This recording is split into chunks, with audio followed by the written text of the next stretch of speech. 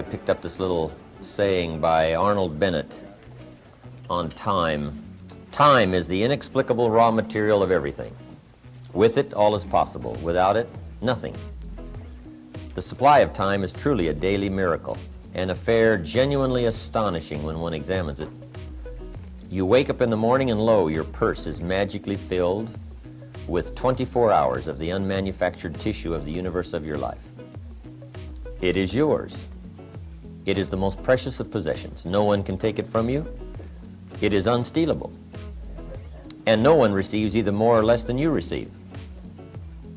In the realm of time, there is no aristocracy of wealth and no aristocracy of intellect.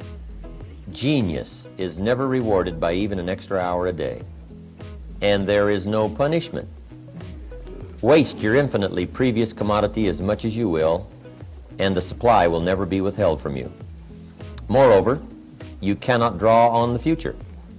Impossible to get into debt. You can only waste the passing moment. You cannot waste tomorrow. It is kept for you. You cannot waste the next hour. It is kept for you. I have said the affair was a genuine miracle.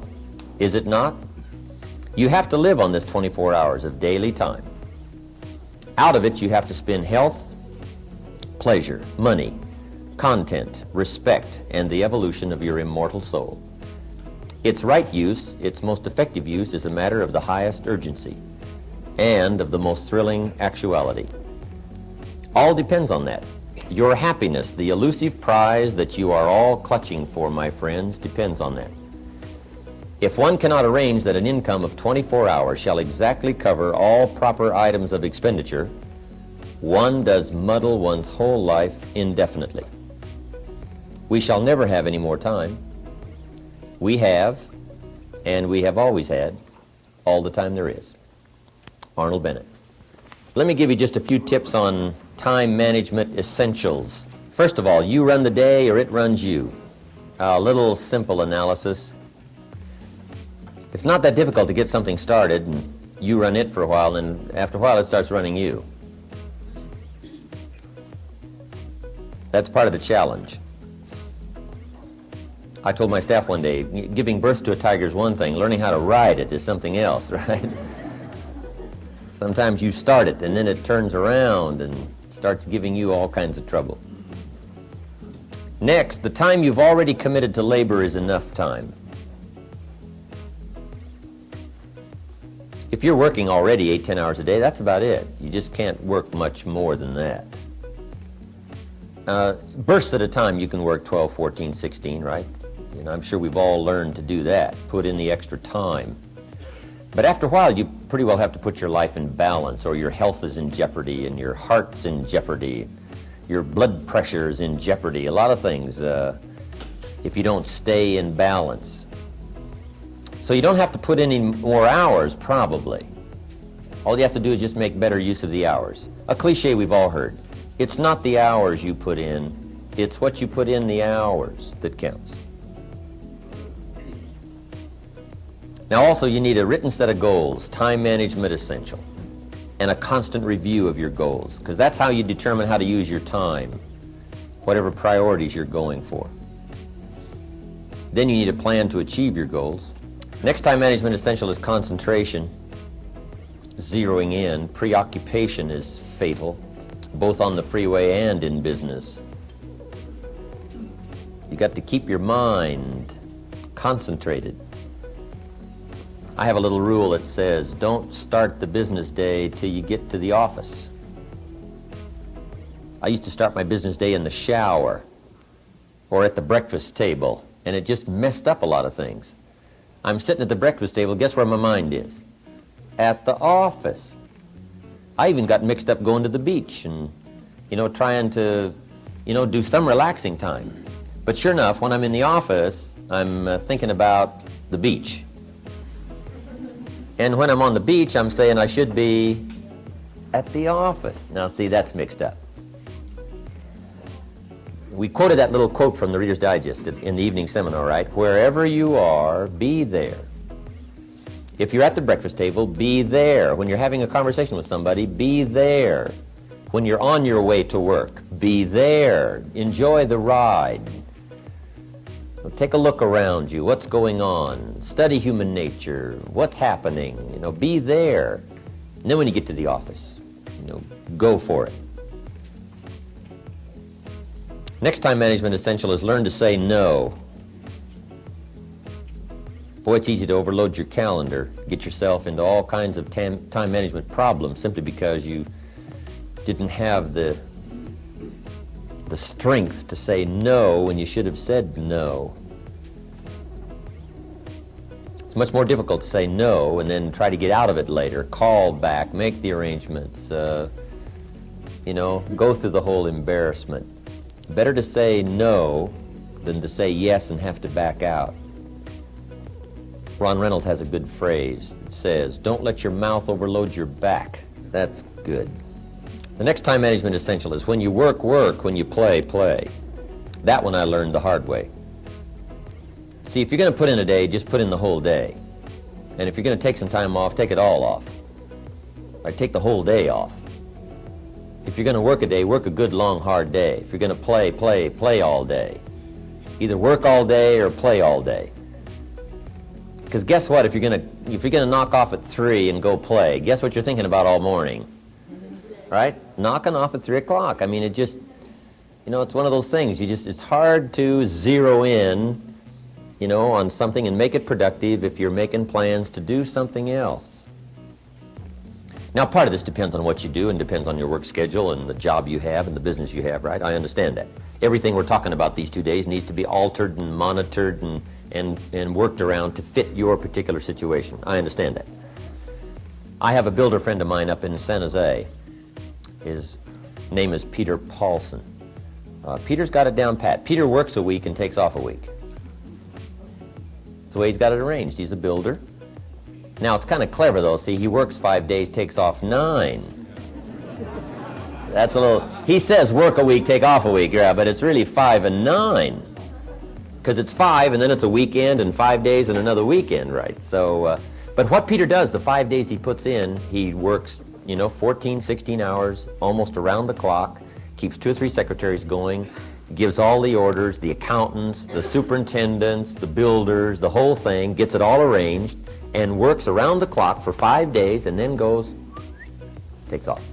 Now, you might not have the luxury of being able to do it that way, but just work on this. When you work, work. When you play, play. Okay, the next time management essential is analyze how you are, and then either compensate for it or change. Sometimes you can remain how you are if you just make other arrangements. My staff discovered I'm a poor courier. They said, Mr. Rohn, here's a check for Jerry Haynes. You're going to be up north, right, in the next couple of days? I said, yeah, no problem. Give it to me. I'll see that he gets it. Guess when I next hear about that check? From my cleaners. Saying, Mr. Rohn, we found this, right?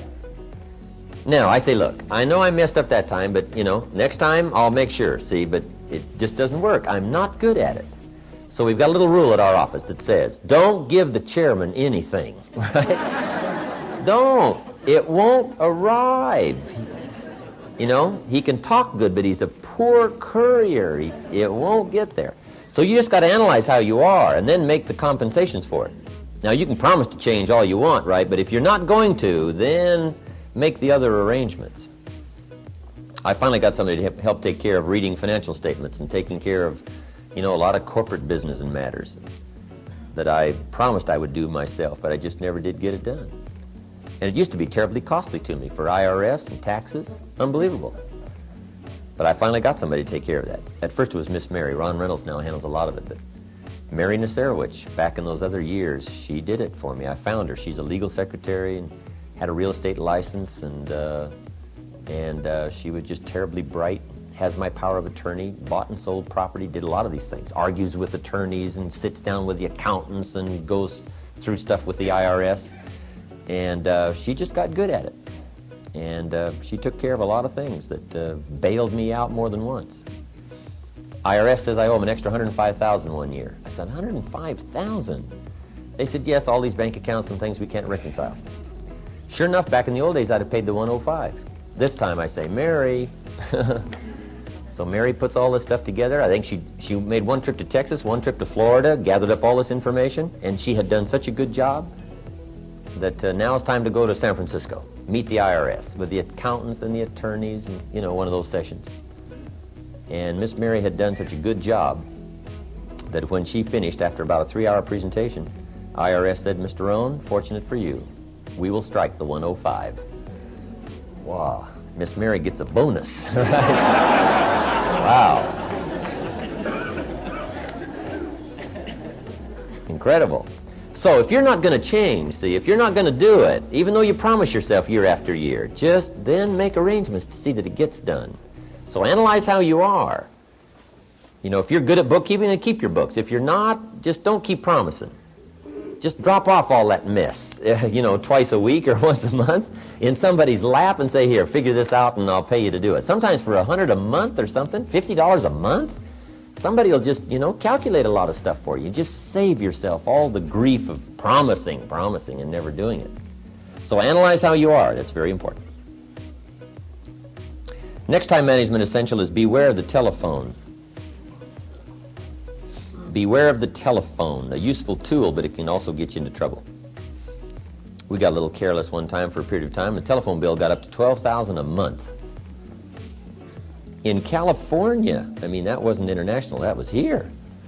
Unbelievable. So you got to watch the telephone, and also you got to watch the telephone on time management. Here's one way to use the telephone. Make sure you make an agenda before you make a call. Make a little list of what you're going to talk about before you call. Don't try to think and call out of your head. We've learned to do this international. When you're in South Africa talking to Italy, you got to have an agenda, otherwise the phone bill goes crazy. And when you talk to any of our guys right around the world, you can just hear them kind of going through this list. Tick, tick, tick, tick, tick, tick, tick. You know, how are you and how are the kids and how are you doing, right? A few little pleasantries. Here's what I want to talk to you about. Tick, tick, tick, right down through it. Wind up saying, hey, hope to see you very soon. Boom. But if you don't have this agenda, you wander around, talk about all kinds of things that probably aren't essential. And then you have that, at the end of the telephone conversation, you say, let's see, there was something else I was going to talk to you about. I can't think of it right now. If I think of it all, call you back. See, you just, great time waster. Also, when you make an agenda, it's really great when you come back to recall the conversation. Remember we talked about doing these 3 things? You say, no, we didn't go over that. Say, well, let me see. Oh, yeah. There it is in my log, the agenda of the telephone conversation. Okay? So use the telephone. Now, you got to beware of the telephone at home, too. Now, you might have to have some business calls at home, but you got to be very careful. The phone can be an incredibly disturbing influence on family and social, personal life. So learn to regulate that. They got the phones now, you can just shut them off, right? And when somebody calls, it just sounds like you're not there. You know, the phone just rings, but you don't hear it. I can just let the phone ring, but some people can't do that, right? I've had people over at my house, my phone rings. They say, aren't you going to answer your phone? I say, no, we're having lunch or whatever, right? So you got to answer your phone. I said, no, you don't. I've had them go answer my phones. They say, it's for you. I said, I imagine it is, yeah. Come on. Next. Time management essential is have a certain time to solve problems. We found that helpful, especially in the business world. We say problems after 3. Just set them aside. Now, you don't ignore them, but you just set them aside in a certain time frame. All the problem calls, you just call back after 3 o'clock and just go right through them. Now, also, in setting them aside till 3 o'clock, problem comes in at 9 o'clock. And you say, hey, 3 o'clock, Mr. Rohn's going to get on the phone and make all these problem calls, right? Call back all these answers. Guess what usually happens between 9 and 3? Somebody calls back and says, hey, tell him not to call, we've already got it worked out. But see, if you take that call when it comes, sure enough, now you got to spend time. We learn in sales training. People ask questions. You say, hey, save that till training class. Bring that question to training class. You just learn those time-saving things, so you don't have to cover the same things with each person. Okay. Next time management essential is be more alert. Part of the alertness is not only what's going on, but also be alert to looking at all your present procedures. You may have some old outdated procedures, stuff you've been doing for 5 years, and it's taken 10 hours instead of 1. Right? You could put it on a computer or something. You could just, go through, because it's easy to just accumulate a lot of wasted time, wasted motion by not, updating all of your stuff. You don't have to use the old, you don't have to use that anymore, right? The old calculators. They got the neat, easy stuff, right? Just go through and make sure you're not bogged down with some old, antiquated stuff that's wasting a lot of time. And then be more alert. Take a look at what's going around you. Say, hey, I've been going from here to there and it's taking too much time. In sales management, we teach, don't go across town until you've gone across the street. Have they heard your story across the street? Guys, I got this hot prospect 40 miles away. It just probably isn't worth the time. It's too far. The span of distance is too long. Just shorten up the span. So be alert as to those kind of time wasters. The last one here is ask questions. When you get ready to talk to somebody, ask some questions. It might save you a great deal of time. Because it's easy to talk to somebody for an hour and then discover you've been on the wrong subject. Right. Or maybe you're talking to the wrong person. Say, who are you? Oh, yeah, John, I forgot. You're talking about somebody else's problem. No, ask questions. Then you can get right to the heart of the matter. And then after you've asked a couple of questions, ask a couple of more. Because you can ask somebody, hey, what's wrong? It's not going well, what's wrong? Guy says, well, I can't seem to get at it. And then you just go on, here's how you ought to get at it, and so on, when that's not really the problem. Most people at first don't disclose the real problem. Make sure you learn that in management. Most people at first don't disclose the real problem. They disclose the surface problem. Sometimes the real problem is the problem.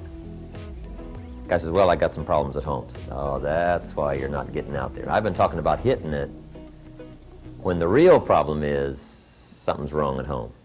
Let's talk about that.